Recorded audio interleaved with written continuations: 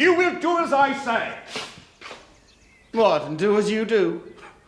Even I have principles, sir. Tom! Ah, you are an angel. Tom!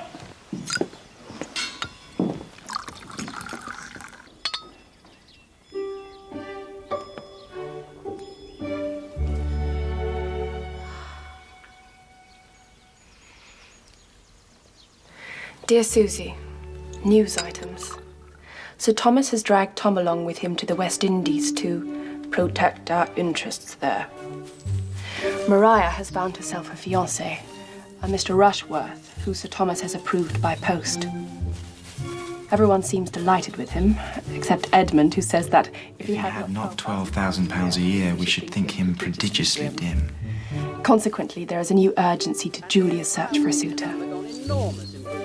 And Mrs. Norris's husband died, which did not seem to inconvenience her very much at all. She's moved into Mansfield proper, where life is decidedly less expensive for her. What joy is mine. So, now there is a new parson moved into the parsonage, and life seems nothing more than a quick succession of busy nothings. They are half-brother and sister to the new parson's wife. I expect you to entertain them with suitable attention and animation, not to mention alacrity.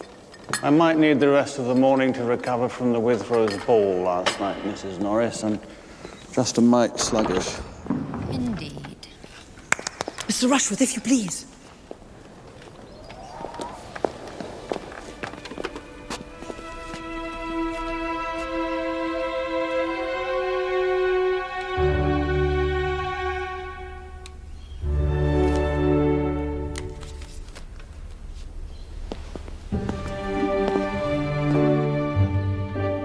May I introduce Miss Mary Crawford?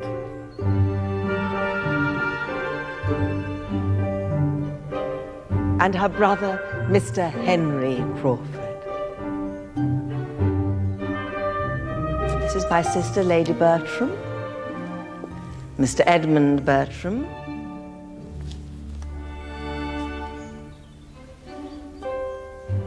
And this is Miss Julia Bertram, who has just come out into society this autumn, as Miss Maria Bertram here has just become engaged to Mr. Rushworth.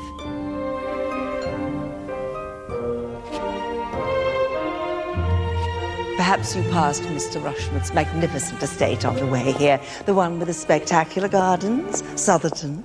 Actually, we're planning some improvements.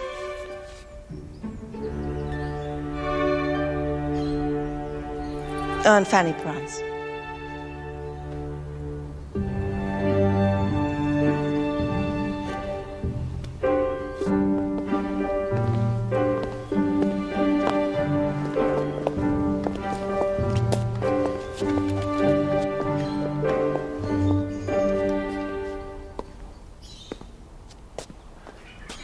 Well, you certainly seem a dreary lot.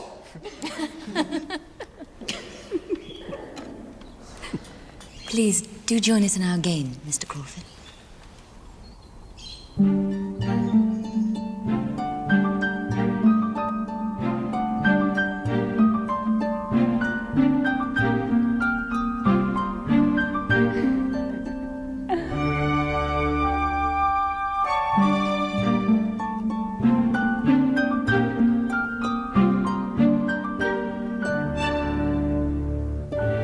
Well? I like them both exceedingly. But I like Julia best. Why? Because her Aunt Norris advised me that it must be so. She certainly seems very ready to be fallen in love with. Though Maria is most agreeable. Though her choice is made. Yes. And I like her the better for it. An engaged woman is always more agreeable than a disengaged. She is satisfied with herself. Her cares are over, and she feels she may exert all her powers of pleasing without suspicion. All is safe with a lady engaged. No harm can be done. You allow yourself great latitude on such points, Henry. But you will be the one taken in at last. I cannot know if he loves me, said Eliza. Well, I asked, did he never gaze on you with admiration, tenderly press your hand, drop an involuntary tear, and leave the room abruptly? Never, replied she. He's always left the room, indeed, when his visit has been ended. Edmund, so what do you think? She's delightful. They're both delightful.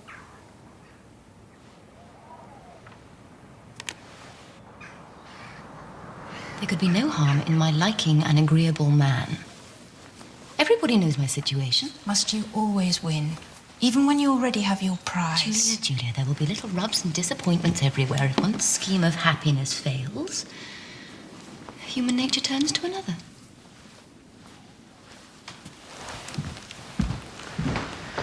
Well, you may need your pretty philosophy in the end, Marai. Pity Tom, the eldest, is not here. All with his £20,000 and his baronetcy and everything. Henry, you know those things mean nothing to me. Should we stay on a while? Yes, please.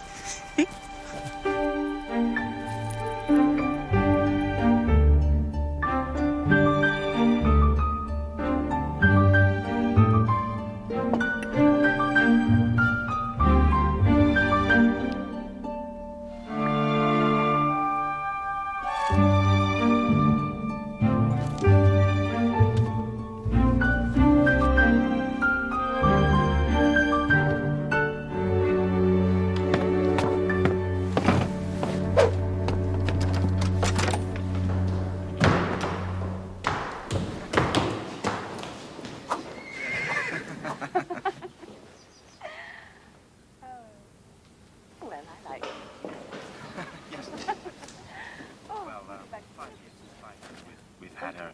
Oh, thank you. What's the trouble with white?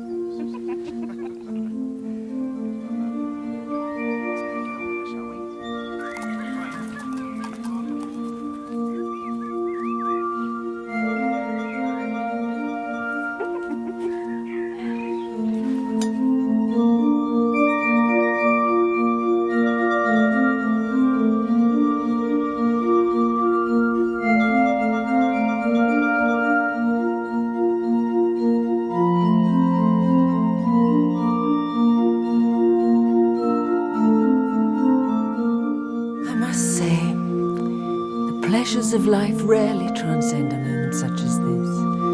Don't you agree, Pugsy? Stop, damn you!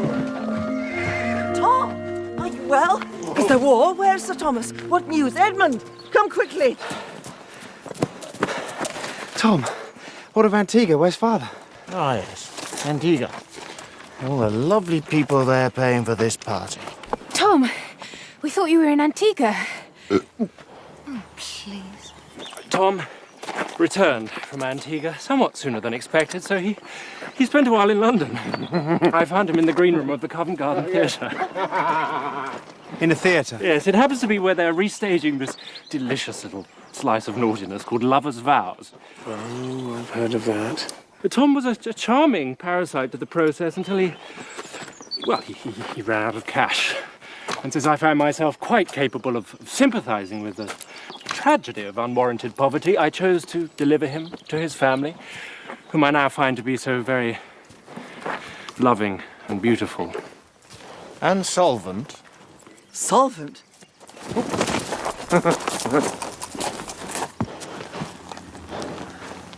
Mr. Bertram?